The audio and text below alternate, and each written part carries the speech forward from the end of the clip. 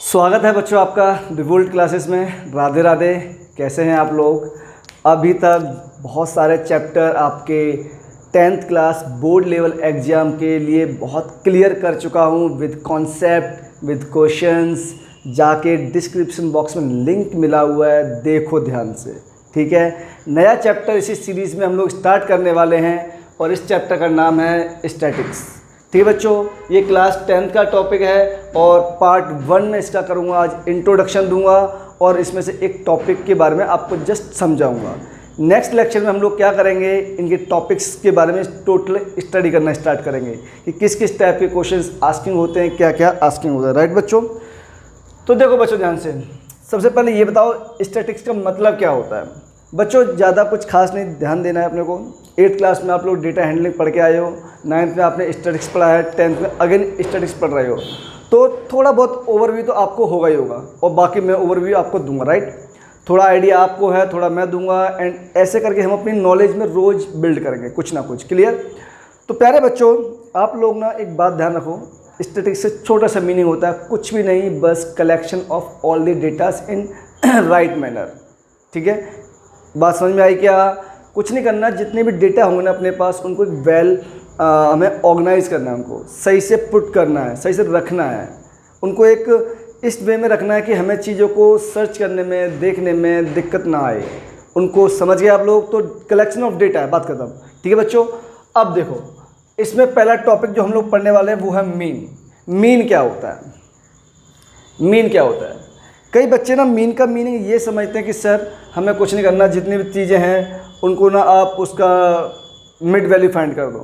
तो बच्चों मीन का मीनिंग मिड वैल्यू नहीं होता है। क्लियर? मीन का मीनिंग क्या होता है सर? एक छोटा सा एग्जांपल लेता हूँ मैं आपको। मैंने कहा बेटा आप लोग ना, मैंने आपको 10 रुपये दिए, एक को मैंने 20 रुपये दिए, फिर अगले दिन आपको 30 रुपये दिए, उसको मैंने 10 रुपये दिए, फिर अगले दिन मैंने आपको 100 रुपये दिए, फिर उसको मैंने मान लो सपोज 50 दिए। तो ये दो जो बच्चे थे, अब मैं पर डे मैंने किसी भी बच्चे को ना एक फिक्स क्वांटिटी तो दी नहीं है, ना इसको दी और ना ही आपको दी। तो लेकिन अब आपसे कोई पूछेगा या आप ही कई बार पूछते हो कि यार ये बताओ सर एक बच्चों को रोज़ ऑन एन एवरेज कितना रुपया देते हैं, तो वो बच्चा कहेगा यार मुझे ऐसा लगता है कि लगभग पर डे सर इतना रुपया उसको देते होंगे, सपोज दैट 20 देते होंगे एवरेज। लेकिन हर दिन मैंने उसको डिफरेंट क्वांटिटीज़ रुपीज़ में दिया, सेम क्वांटिटी नहीं दिया। राइट बच्चों? बट आपने एक एस्टिमेट कर लिया, अंदाज़ा लगा लिया कि हाँ इतना होगा, वही मीन है, वही मीन है। तो प्यारे बच्चों, मीन का मीनिंग एक्चुअली में क्या हो गया, समझ में आ गया आपको? मीन को ना बच्चों हम लोग इससे इंडिकेट करते हैं। किससे सर? एक्स बार से, और हम इसको स्मॉल एक्स बार से भी करते हैं, और कई लोग ना इसको अर्थमेटिक मीन भी बोलते हैं। क्या? Arithmetic mean. और हम लोग इसको कई बार एवरेज भी बोलते हैं बच्चों। क्या बोलते हैं? एवरेज। क्लियर है क्या? तो इतना अगर आपको समझ में आया है तो मैं आपको छोटा सा डेटा लेता हूँ। राइट? मैंने कहा मेरे पास ना कुछ नंबर्स हैं। क्या है बच्चों? नंबर्स हैं, कुछ नंबर्स हैं, और ये नंबर है मेरे पास x1, x2, x3, x4 up to so on. Right? कहाँ तक बच्चों? कहाँ तक सर? इनफाइनाइट तक, मतलब n तक। हमें नंबर वहाँ तक लेने हैं जहाँ तक हम लोग काउंट कर सकते हैं। इनफाइनाइट तक नहीं जाना बच्चों, बिकॉज वहाँ तक हम लोग नंबर काउंट नहीं कर सकते। तो मीन की स्टडी हम वहाँ तक करेंगे जहाँ तक हम नंबर्स को काउंट कर सकते हैं। तो ये बताओ यहाँ से टोटल नंबर्स मेरे पास कितने हुए बच्चों? 1 2 3 4 5 6 7, कहाँ तक? n तक। तो टोटल नंबर मेरे पास हो गए n, या हम बोलें इसको टोटल आउटकम्स, या बोले टोटल रिजल्ट्स। ठीक है बच्चों? या क्लियर हुआ? तो कई वर्ड्स में इसको हम लोग इंडिकेट करते हैं, टोटल नंबर, टोटल क्वांटिटी, या कितना सम ऑफ ऑल नंबर्स, इस टाइप से। ठीक है बच्चों? अब ध्यान दो आप लोग प्लीज़। अब मीन का मीनिंग जो था अभी तक वो ठीक है, लेकिन अपने को इसमें एक छोटा सा बेसिक फार्मूला भी चाहिए, बिकॉज हमारी जो ज़िंदगी चलती है वो फार्मूला बेस्ड चलती है। किस पे? Formula based. क्लियर बच्चों? तो मीन का मीनिंग थोड़ा बहुत आइडिया लगा आपको? अगर लगा तो बच्चों मैं मीन का फॉर्मूला आपके पास लिखने वाला हूँ। बच्चों मीन का फॉर्मूला ये होता है सम ऑफ ऑल ऑब्जर्वेशन। क्या? Sum of all observation, sum of all observation whole divided total number of observation. बात समझ में आई बच्चों? Sum of all observation divided by total number of observation. मतलब क्या हुआ सर? मतलब ये हुआ प्यारे बच्चों, ये बताओ सम ऑफ ऑल ऑब्जर्वेशन, इसका मीनिंग क्या है? मतलब सर जितनी भी ऑब्जर्वेशन थी हमारे पास, और वो क्या क्या हैं, x1, x2, x3, x4, कहाँ तक, xn तक। सर x1 क्या है? Number 1 observation. x2 क्या है? Number 2 observation. x3 क्या है? 3, 4, 5 up to xn number n observation. Clear है बच्चों? तो क्या करना है हम लोगों को? Sum of all observation means x1 plus x2 plus x3 plus x4, कहाँ तक प्यारे?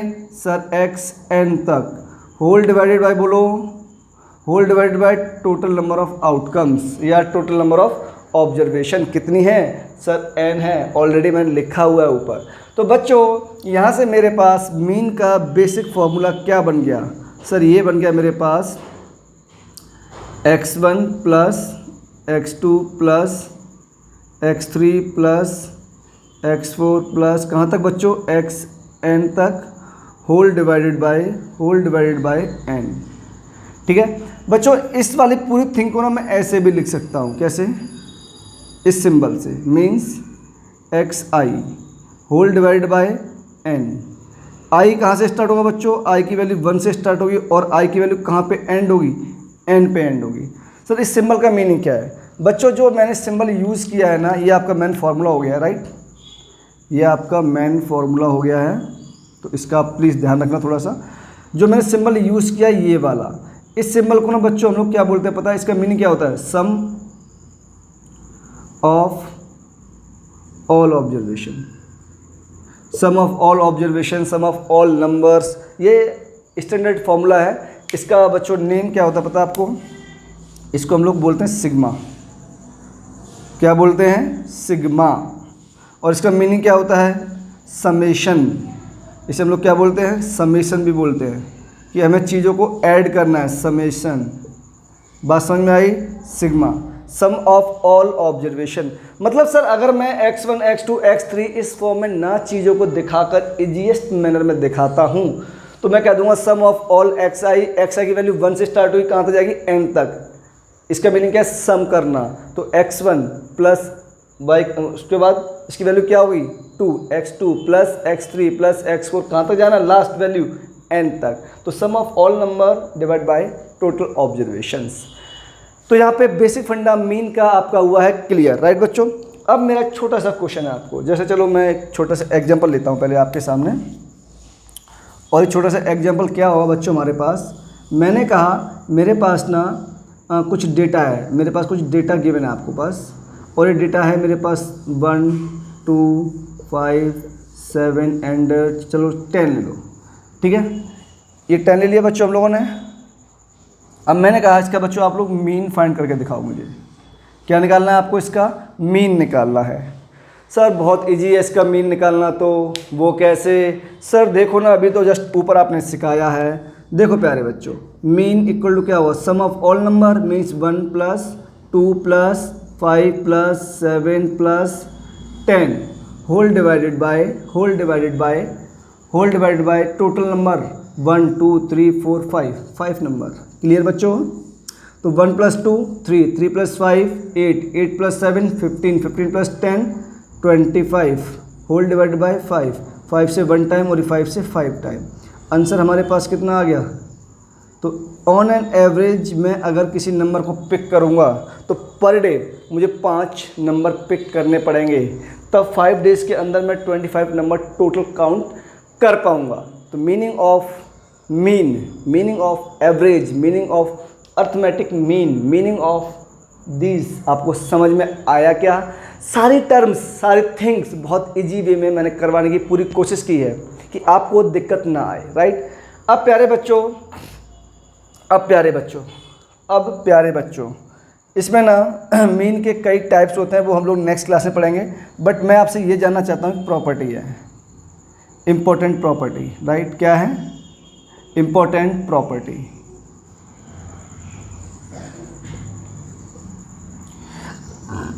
इम्पोर्टेंट प्रॉपर्टी बच्चों, मेरे पास ना एक नंबर है के, और के क्या है? के एनी कांस्टेंट है। क्या है बच्चों? एनी कांस्टेंट है। अब मैंने कहा अगर मैं इस के नंबर को किसी भी मीन के अंदर ऐड कर दूं, ठीक है बच्चों, या फिर इस के नंबर को किसी मीन से माइनस कर दूं। मीन से माइनस करना है ना, और जब माइनस करना है तो माइनस करो ना बच्चों। चलो ऐसे नहीं, मैं आपसे ये पूछ रहा हूँ बच्चों, जो ये के नंबर कांस्टेंट है, ये जो के नंबर कांस्टेंट है, अगर सेम के नंबर मैं सारे ऑब्जर्वेशंस के अंदर ऐड कर दूं तो मीन पर क्या इफेक्ट पड़ेगा? या फिर सेम के नंबर में सारी ऑब्जर्वेशन से माइनस कर दूं, मतलब x1 प्लस के, x2 प्लस के, x3 प्लस के, x4 प्लस के, x5 प्लस के। क्लियर? सेम वे में इसके नंबर को इसमें माइनस कर दें, x1 माइनस के, x2 माइनस के, x3 माइनस के, x4 माइनस के, तब मीन पर क्या इम्पैक्ट पड़ेगा? क्या मुझे सारी कैलकुलेशन ऐसे करनी पड़ेगी या इजीएस्ट मैनर में आप सिखा दोगे? मैं हूँ ना, सिखा दूंगा, टेंशन नॉट, ठीक है? या फिर इस नंबर को मैं मल्टीप्लाई करूं या फिर इस नंबर को मैं डिवाइड करूं तो मीन पर क्या इम्पैक्ट पड़ेगा? बच्चों पार्टी, चलो मैं देखो ध्यान से, ठीक है? आप कुछ मत करना, अगर इस के नंबर को ना मैं मीन में ऐड करता हूं तो जो मेरे पास फाइनल मीन बनेगा ना बच्चों, जो फाइनल मीन बनेगा, कुछ मत करना, जो आपके पास मीन आया होगा ना उसमें आप के को ऐड करना, यही फाइनल मीन का आंसर आएगा। बात समझ में आई?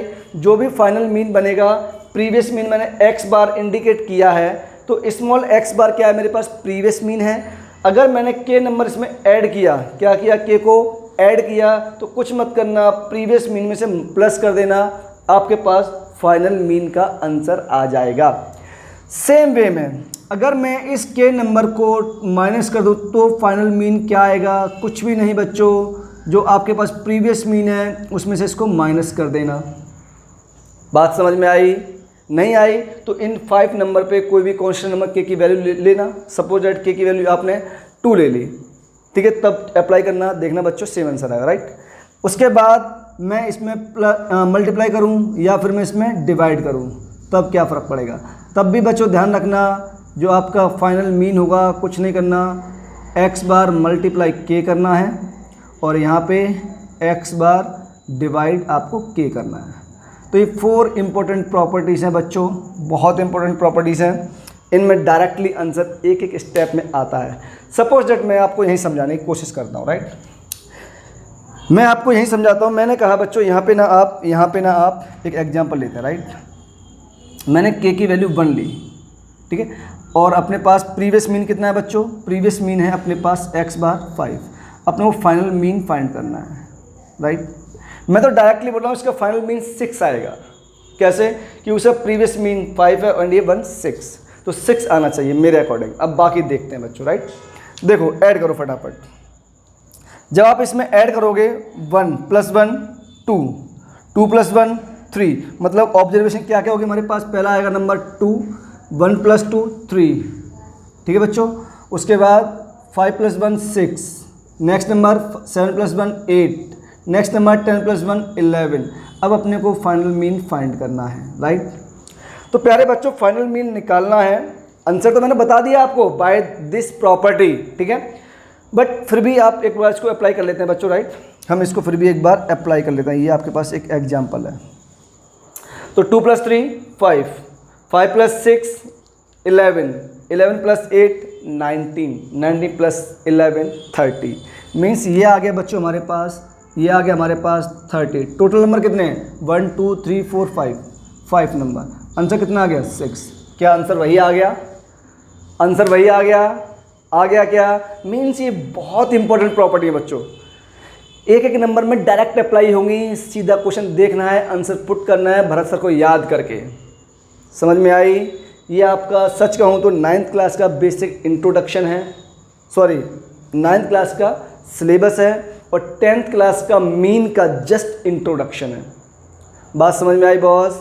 9th क्लास का ये चैप्टर सिलेबस है बट 10th क्लास का इंट्रोडक्शन है। बात समझ में आई बॉस? लाइक शेयर सब्सक्राइब भूल मत जाना। बहुत मेहनत से वीडियो बनता है, टाइम जाता है, काफ़ी टाइम टेकिंग होता है, सोचना पड़ता है चीज़ों को, बच्चों को कैसे एलोबरेट करना है, कैसे समझाना है, पूरा टाइम जाता है। तो उस टाइम की मेहनत मैं आपसे एक ही रिवॉर्ड चाहता हूँ, लाइक करो, शेयर सब्सक्राइब करना मत भूलो बच्चों। अगर आप ऑलरेडी मेरे सब्सक्राइब कर रखा है चैनल को तो प्लीज़ बाकी लोगों को शेयर कर दें। Thank you so much for that beautiful class. बच्चों जल्दी मुलाकात होगी आपसे, तब तक अपना ध्यान रखिए। Bye bye, take care, Radhe Radhe.